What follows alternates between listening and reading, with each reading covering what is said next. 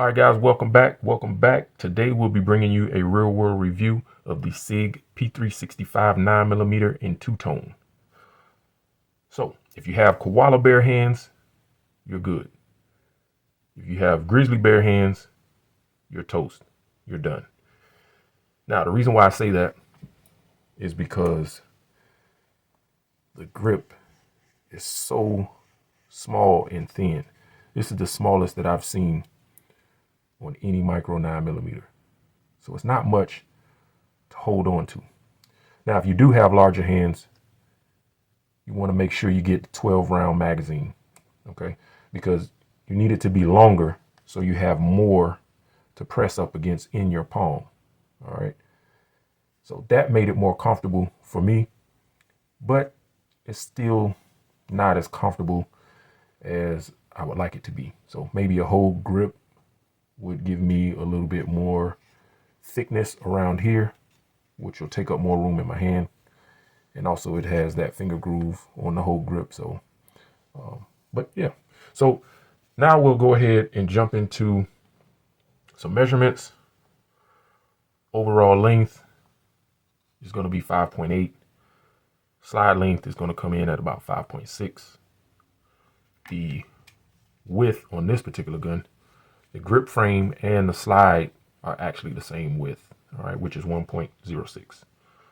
And the height with the 12 round magazine in is going to be 4.75. So not too bad, you know.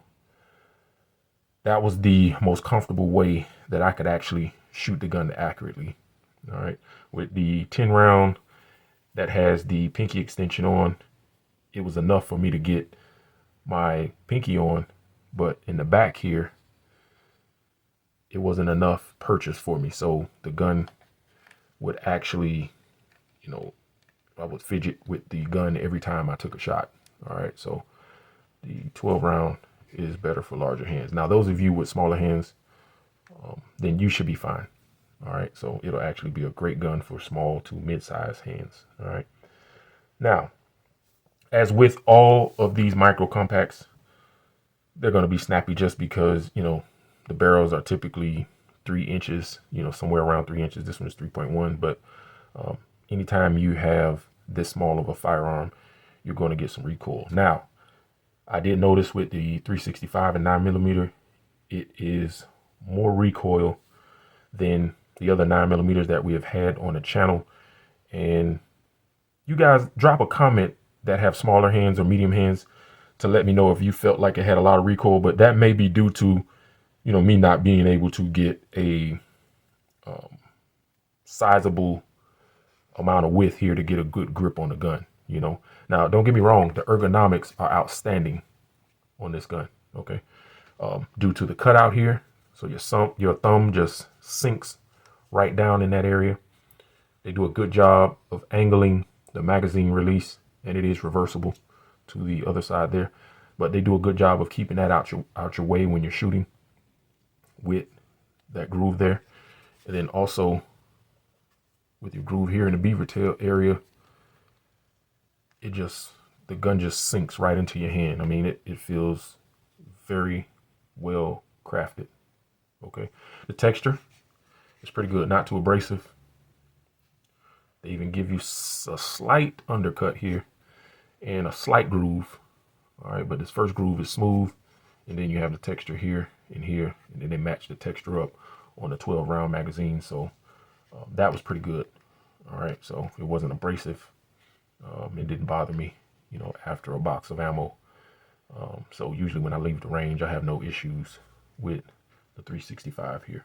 Okay, now as you can see here, you do have a rail, but it's proprietary. So basically only SIG products, unless there are other companies out there that make products for the SIG rail.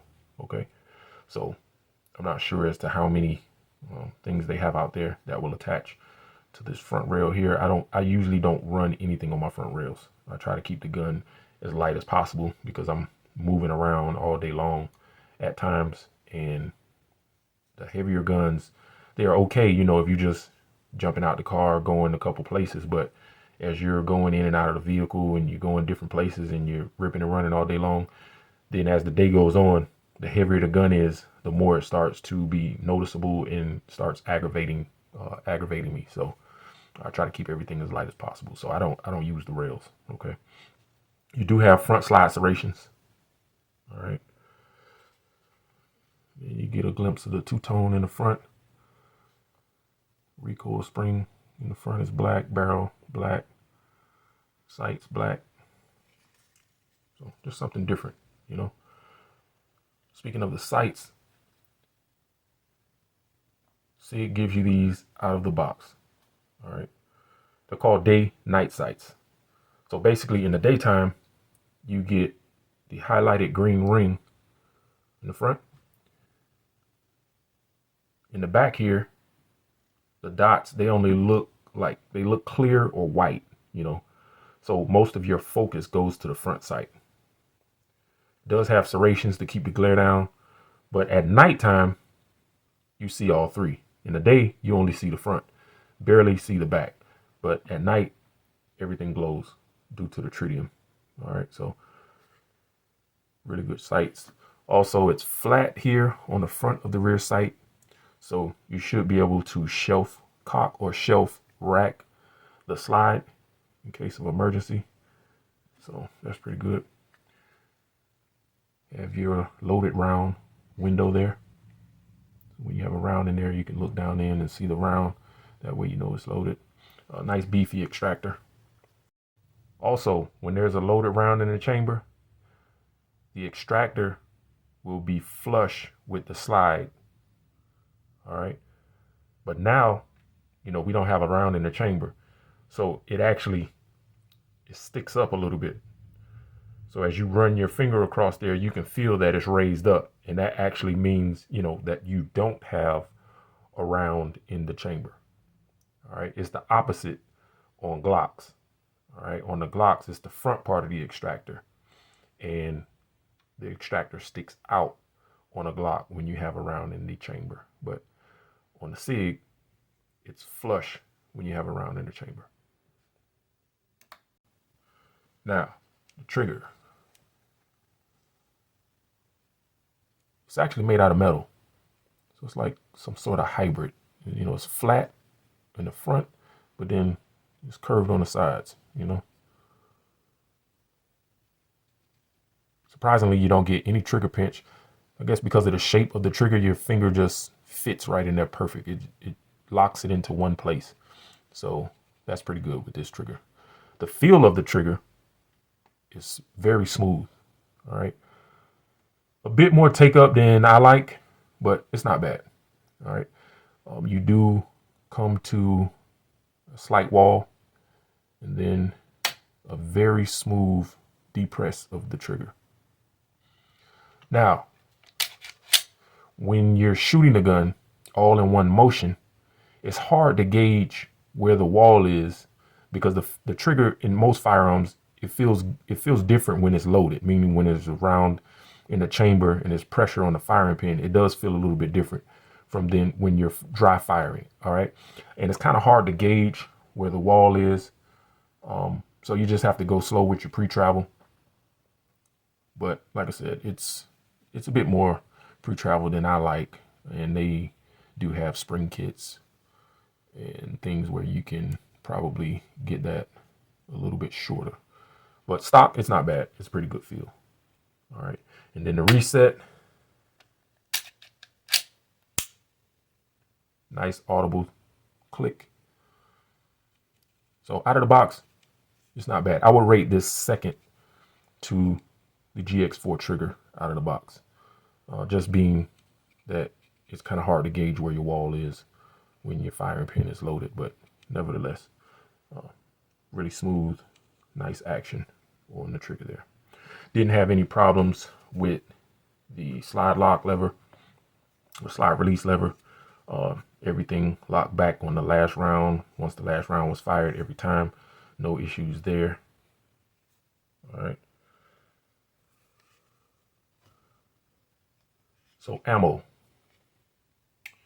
I shot 115 grain, and then this time I shot 124 grain. Okay, as well. Now you can use plus P. So SIG actually has that on their website. You can also use plus P. I would stay away from it just because it's already more snappy than the other micro 9s, and plus P would make that worse. Now, you also have to think about your ammo grain weight versus plus P. You have to think about that depending on the distance and, you know, the situations that you're going to be in. Now, if it's strictly a defensive handgun, right? Or you're buying it for defense purposes. Now, you can use 124 grain and up, and you can use plus P ammo, but only at short distance. And the reason why I say that is because your first shot, if you're close range, you know, it's hard for you to miss a torso, you know, at 3 feet, 5 feet, 7 feet, right? The further back you go, then the more you can miss the target with higher grain ammo or plus P ammo. So when you're talking about 21 feet, you know, or more, you can possibly miss the whole target. So sometimes you hear about people getting into shootings and, you know, no one was hit. You know, they're shooting, you know, 40 calibers or, you know, high grain ammo or plus P ammo. And in theory, it sounds good, but, you know, it's not really needed, especially on these smaller firearms. All right. So I would say stay away from plus P. All right. Just so that way you can be more accurate. And you also will have faster follow-up shots. So the lower the grain weight, the faster your follow-up shots will be, and the more you will be able to control the gun. All right. So when you add stress to that situation, you definitely want to be as accurate as possible, because if you shoot the wrong person, they may or may not charge you. Okay. Just depends on the situation. So where does the 365 come in at on the push your balls in scale? Now, for those of you that this is your first viewing of a real world review, we do the push your balls in scale for appendix carriers. All right. Those that carry in the 12 o'clock position. All right. 0 being the least ball pushing and 5 being the most ball pushing or uncomfortable. All right. 365 comes in at 2 stars on the push your balls in scale. Everything is very similar size wise to the GX4. So we'll give it the same rating. All right. Now, they did a great job with this gun. All right.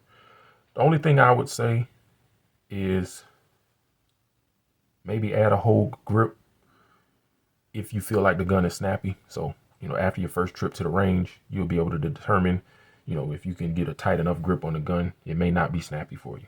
Okay. But if it is, your hands are larger, or, you know, you can't get a good grip, go ahead and try out a whole grip. They're pretty inexpensive. But other than that, out of the box, I'm going to give it, I'll give it 4 stars out of the box. All right. If I had to do a scale for that, I would give it 4 stars, just because you don't have to buy night sights. So everybody knows when you buy a Glock, first thing you're going to have to do is put night sights on it if you plan on carrying a gun at nighttime. All right. So these are pretty nice sights. So they give those to you out of the box. All right. Also, trigger is metal. So when the trigger is plastic, sometimes it gives you like a spongy feel, or you can feel the trigger flexing sometimes. So, you know, they give you a metal trigger. So, and the only reason I didn't give it 5 stars is because you do have to purchase the 12-round magazine. Now, I don't know if they have packages now to where they're giving out the 12-round magazine in the case or the box once you purchase the gun, but you do have to purchase that. And then, you know, there's no back straps or anything like that. But I will give it an honest 4 stars. So, see, they did a pretty good job with this firearm. And the 365, they really kicked off the micro compact category. All right. Before the 365, you didn't have anything but the Glock 26 as far as being small and double stacked, being able to hold, you know, 10, 11, 12 rounds or more. All right. So SIG was ahead. Well, they were ahead of everybody. Okay. And they kind of kicked everything off. And then that's what led to, you know, all the GX4s and, you know, the Shield Pluses and the Shield 2.0s and, you know, the Hellcats and things like that. So it's the granddaddy right here. So first high capacity micro 9mm. All right, guys, that's it for my real world review today. Continue to like, comment, and don't forget to subscribe. See you on the next one.